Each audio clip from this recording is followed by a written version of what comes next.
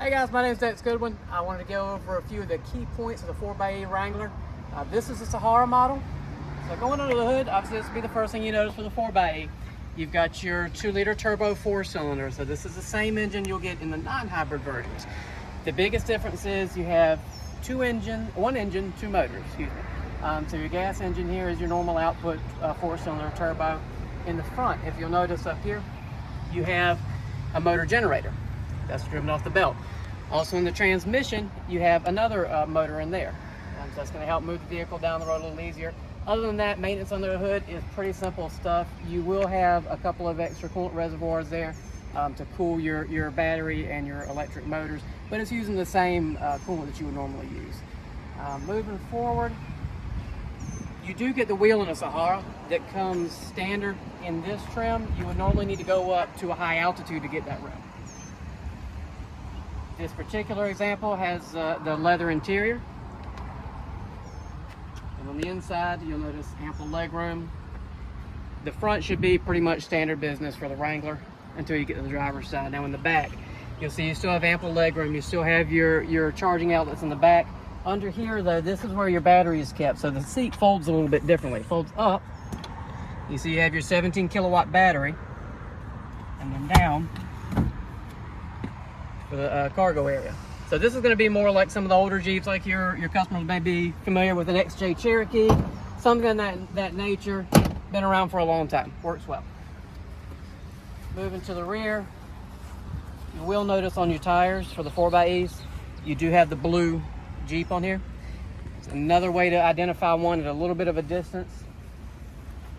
The back, again, pretty much same, but make sure you open this up to get your charger. So this is a J1772 charger. So the 1772s are going to be the most common chargers that you'll find. Really, Tesla, Nissan, they'll have something different. Other than that, pretty much everybody's using this style of charger. This is the 120 volt. So the 120 volt is going to be good to charge us from 0 to full in about 12 hours, give or take. So I'll hang on to this to show you how it works. Now you'll notice on your gas cap, it looks like the same closed fuel filler door that you would normally get on any Sahara, but there's a button up front to hit. There'll be a little delay for it to pop open. This is pressurized. Reason for that is the fuel may stay in the tank for quite some time because you'll be using a lot of electric energy to move the vehicle, so they want to make sure your gas stays pressurized. Now, again, moving to the front, you will notice this is different. This is your charge port. This is just push start, or push operated. Open this up. This charger only go in one way. Clicks into place. You'll see this light comes in to indicate what state of charge it's in. I don't have it plugged in, so it's red. It should be blue. I'll unplug there. You'll also notice from the dash, you can see it pretty well on this side. On your dash right here, there's a bar. I don't know if you can see that. That bar has 5 indicator lights to show you levels of charge at 20% of a piece. That's a good way to see at a distance what it is. Let me hop on the other side. I'm going to show you a few things in the cabin.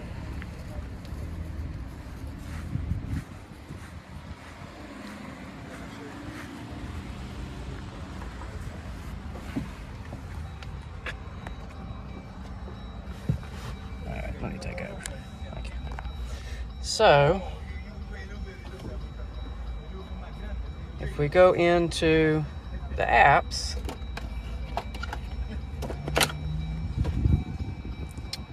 then you can go into your hybrid pages. You can see here, so most of this will be really similar to what you're used to when the Wranglers or the Uconnect 4 setup. Go into your apps. Again, life as usual right here. Go over into your hybrid mode. So right here you're seeing what the drivetrain is doing right now. So at the moment we're running off gas. It's going to turn the gas motor on occasionally so that it can cycle fresh oil and fuel through it. So that's probably what it's doing right now. It hasn't run in a couple of days. It's showing the engine is pulling 3 kilowatts. Got the AC running, a little hot here in South Carolina. So I've got 2 kilowatts of power being used for the HVAC system. You go into driving history. Again, this one hasn't been driven in a couple of days, so there's no driving history, but this will typically show you what amount you're using of electric versus fuel.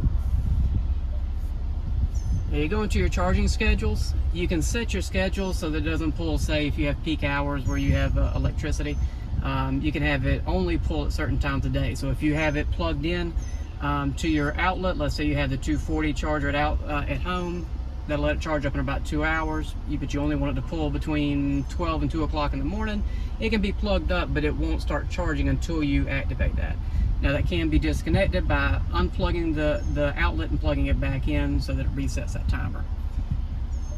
If you go into eSave, this is just a way to see what the hybrid settings are.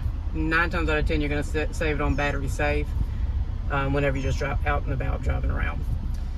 You will notice there is one more button here on the dash. So this is your max regen button. This button does have memory, so if you put it on once, it'll stay on. What that's doing is using kinetic energy from the brakes, from the braking system to help recharge your 17 kilowatt battery. And on the other side of the dash, you'll see another switch panel. So there's the button for the gas cap that I had mentioned earlier for the first one. Make sure you remind them that there is a little bit of a delay whenever you hit that button for it to open. Next, you will have the hybrid button.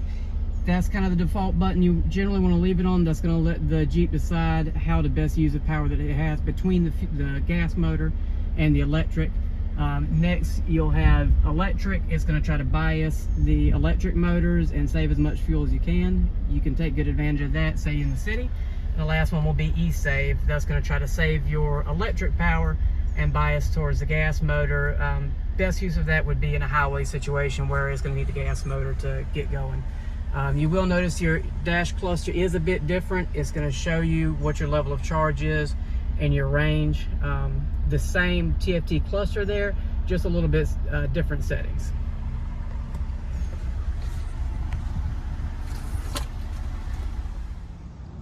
Hey guys, thanks again for checking us out and giving me the time to show you the new 4xe, some of the differences in it. Again, my name is Dex, and here at Galeana Chrysler Jeep. Thanks.